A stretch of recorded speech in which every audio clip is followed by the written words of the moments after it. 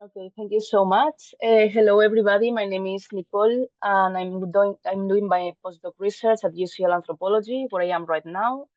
And today I'm going to speak about preliminary results of a project that I am developing together with other colleagues from different institutions, which aims to test a new approach to reconstruct the incomplete hip bones of hominins. Next, please. The human pelvis is considered to have a unique morphology adapted to important functions such as obligatory bipedal locomotion, giving birth to large brain neonates, and the support of abdominal organs because our fully erect posture. Part of these selective pressures started to shape the pelvis around 5 million years ago in early hominins as an adaptation to bipedal walking and to an erect posture, and with the later evolution of a larger brain in our lineage around 2 million years ago, the pelvis experienced further modifications to compensate for the obstetric difficulties of giving birth to a large brain baby. Next, please. What we know about the evolutionary anatomy of the pelvis in our lineage is mostly thanks to the good preservation of specimens, such as those you can see at the top of the slide. However, what we normally find in the fossil record is incomplete pelvic remains that are more challenging to interpret in functional and evolutionary terms because they lack key areas such as the pubic bone that is normally absent because of its fragility. Next, please.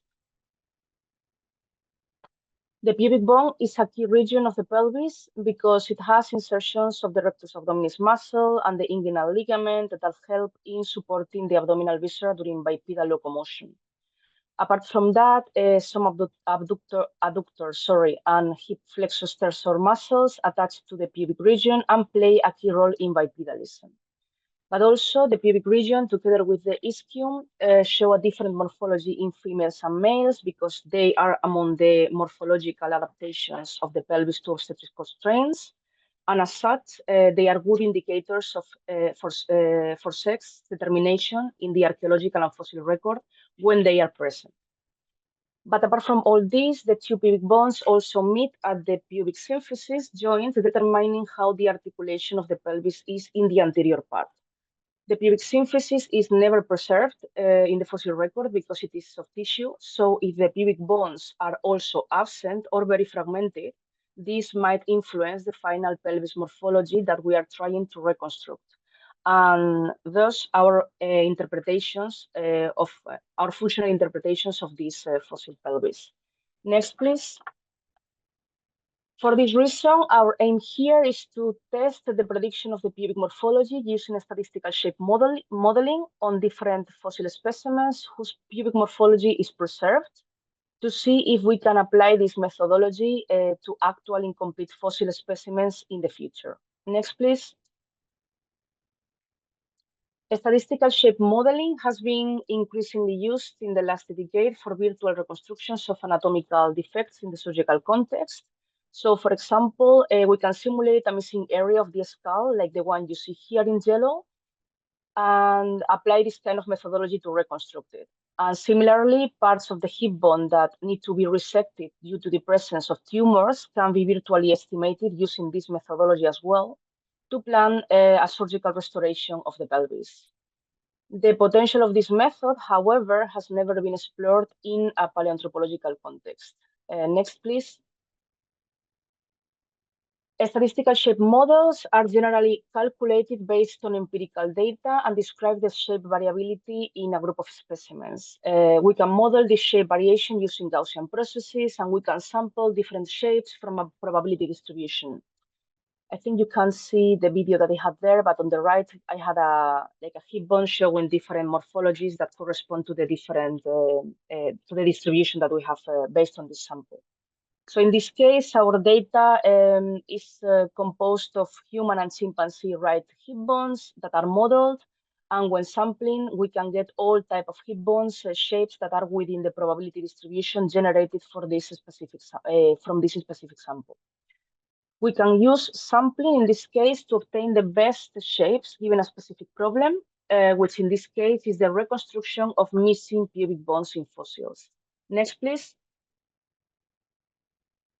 Our approach so far has been composed of three main steps. The first step is establishing the baseline error for within species prediction accuracy based on Homo sapiens that is going to give us our statistical shape model 1. In a second step, we pulled extant great apes species to overarch a wider range of variability. We're starting to do this with PAN right now. And the artificial meta-species in light blue that you can see in the graph is spanning the space between the very distinct chimpanzee in pink and humans in dark blue shape variability. And this is also giving us our second statistical shape model.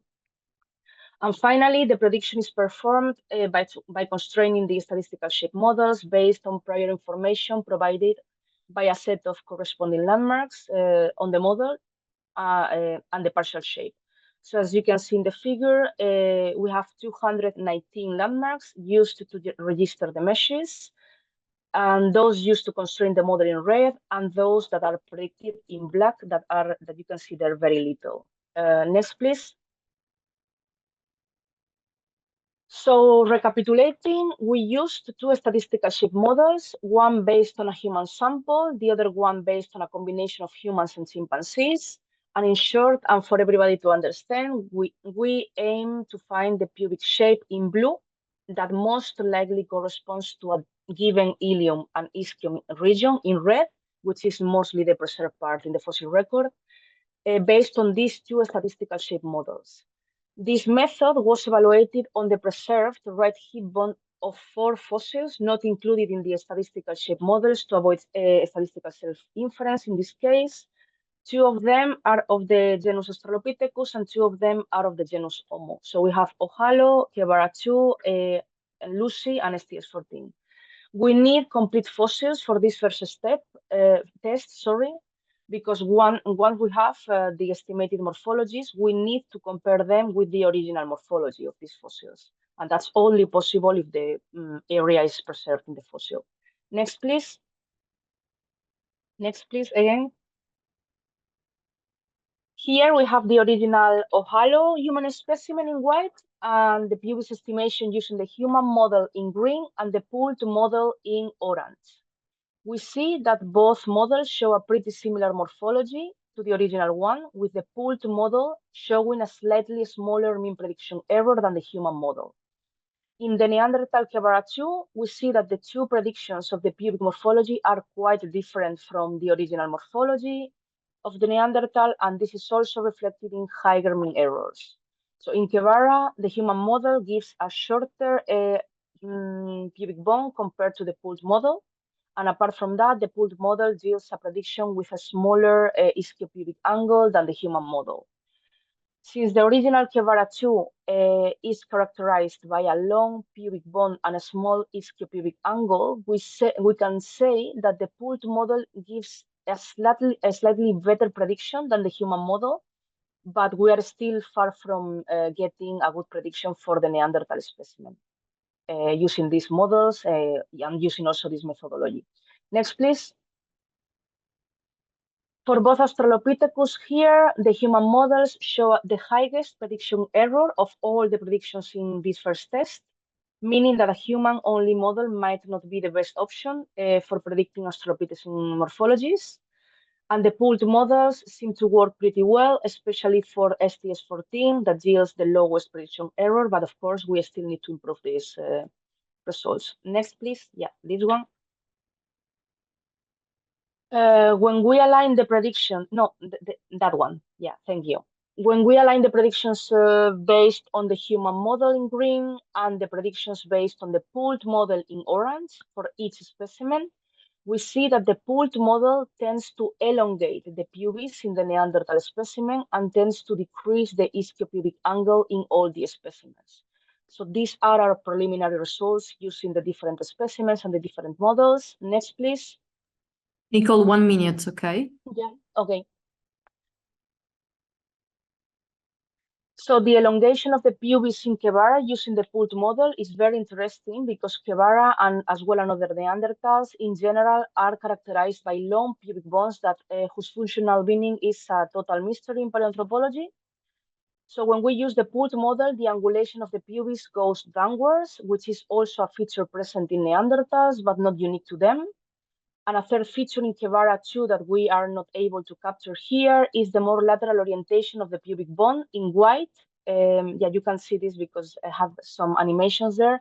But the pubis is more laterally oriented in Neanderthals than modern humans.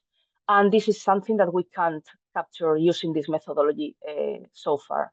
Next, please.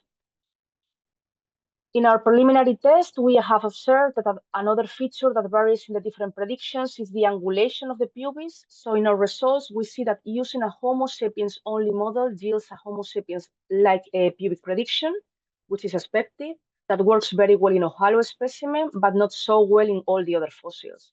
So when we add PAN to the model, in the pooled model, the orientation of the pubis in relation to the ischium in the hominins changes, being more similar to the original morphologies. We think that this is because apes show a small ischiopubic angle that seems to be a feature in Neanderthals and Australopithecines, and also Pongo and gorilla show even smaller values than PAN. Next, please.